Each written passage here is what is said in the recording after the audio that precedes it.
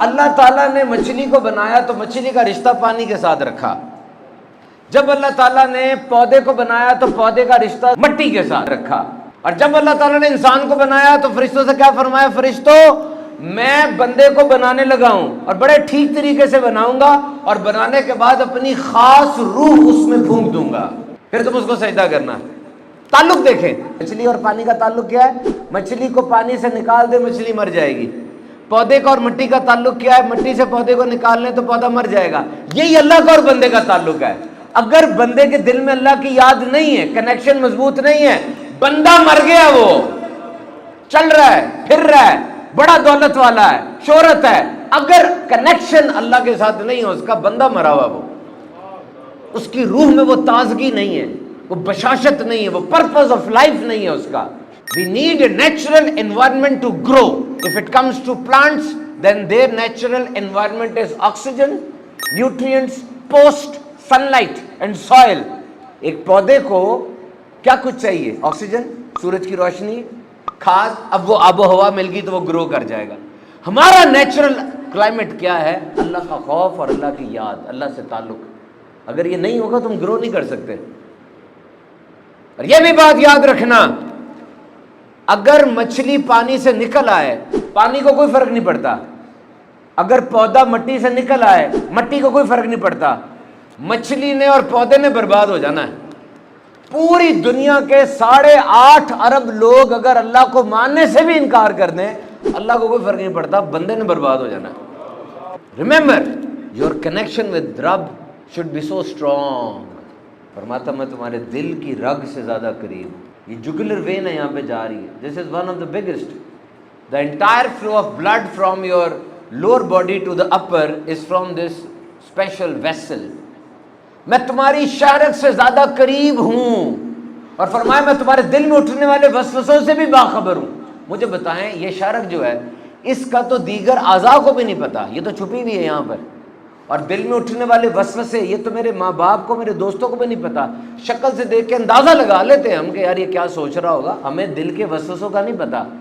یعنی اللہ کیا کہنا چاہ رہا ہے؟ It's you and me. بس یہ تم اور میں ہوں. اے میرے بندے, تو ہے اور میں ہوں, بس یہ ہم دونوں ہیں.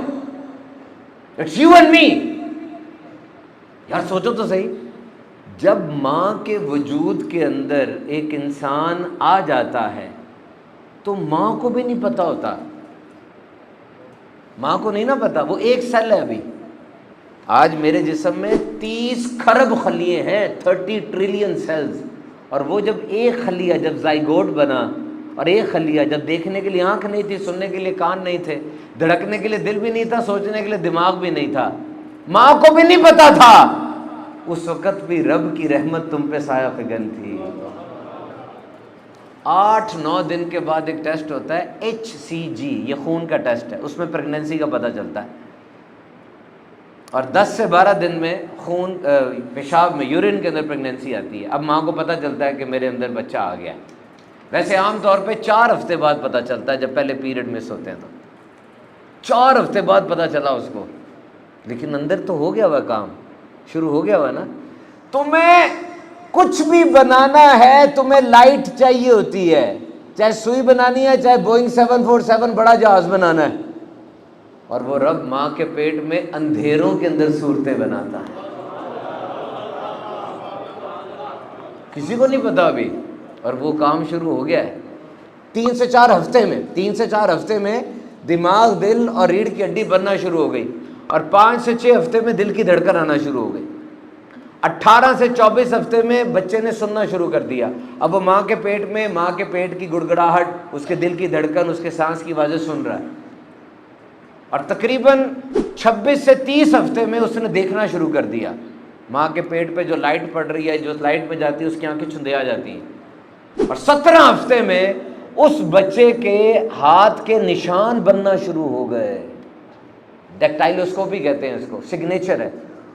پیٹ کے اندر اس کے ایسے نشان بن رہے ہیں کہ پوری دنیا میں ایسا کوئی کاپی نشان نہیں ہے. اور 4 سے 5 ماہ میں اس کا گوشت بن رہا ہے, اور اس کے پٹھے بن رہے ہیں, اور اس کی ہڈیاں بن رہی ہیں. اب جا کے ماں باپ کو تھوڑی محبت ہونا شروع ہوتی ہے کہ یار کوئی بچہ آ گیا ہمارا, اور دیکھا بھی نہیں ہے. لیکن مجھے بتاؤ یہ کس مصور کی کام ہے، کس مصور کی کاریگری ہے، اور کس قادر مطلق کا شاہکار تیار ہو رہا ہے؟ اللہ کی رحمت وہاں بھی ہے۔ پھر 40 ہفتے گزر گئے، وہ بچہ دنیا میں آیا، ماں نے اس کو چمٹ لیا میرا بیٹا، باپ نے چمٹ لیا میرا بیٹا۔ اب وہ بچہ بڑا ہو رہا ہے، اس کی آنکھیں دنیا دیکھ رہی ہیں، وہ دنیا سے لطف اندوز ہو رہا ہے، کھانے کھا رہا ہے، اور وہ چل رہا ہے۔ اب بات بڑھنا شروع ہو گئی، اب دوست بن گئے، اب وہ اسکول آ گیا، اب کالج آ گیا۔ یاد رکھو اللہ کی رحمت ہی اس کو چلا رہی ہے، اللہ کی رحمت ہی اس کو سلا رہی ہے، اللہ کی رحمت ہی اس کو کھلا رہی ہے۔ بڑا ہو رہا ہے، کمائی آ گئی، گھر آ گیا، بنگلہ آ گیا، بڑا اچانک ایک احساس ہوا اس کو، اچانک اس کو خیال آیا اب یہ سب کچھ چھوٹ رہا ہے، آ رہا تھا نا پہلے، اب چھوٹنا شروع ہو گیا ہے۔ کیا ہوا؟ یہ ماں چلی گئی، باپ چلا گیا، اسکول کے دوست گئے، کالج کے دوست گئے، یونیورسٹی گئی، کسی کا بچہ بھی چلا جاتا ہے، عہدہ گیا، صحت گئی، دردیں شروع ہو گئی۔ اب پہلے رسک لیتے تھے، اب ڈر لگ رہا ہے، کیا ہو رہا ہے؟ یہ ادھر ادھر دیکھو کوئی بھی نہیں ہے، لیکن بندے یاد رکھ رب کی رحمت ابھی تیرے ساتھ ہے۔ اس نے ایک لمحے کے لیے بھی تجھے چھوڑا نہیں ہے، وہ ہے۔ غور کر، غور کر کس کس جگہ سے تو نکلا ہے، تیرے رب کی رحمت تیرے ساتھ ہے۔ تو جتنا اللہ پر ایمان رکھنا ضروری ہے نا، یہ بڑا ضروری ہے اللہ پر ایمان رکھا جائے، اللہ کی ٹائمنگ پر بھی ایمان رکھنا ضروری ہے۔ اللہ کی ٹائمنگ ہوتی ہے ایک، میں نے بڑی محنت کی جی آج تک کچھ نہیں ملا، اس کام میں بڑا سرمایہ لگایا مجھے رزلٹ نہیں ملا، میں بوڑھی ہو گئی ہوں میرے بچہ پیدا نہیں ہو سکتا، میرے بال سفید ہو گئے، یہ کیا ہو رہا ہے؟ طاقت نہیں ہے۔ وہ بھروسہ رکھو، ڈونٹ سے لائک دس، اللہ کی ٹائمنگ پہ بھروسہ رکھو، ایک خاص ٹائم ہوتا ہے۔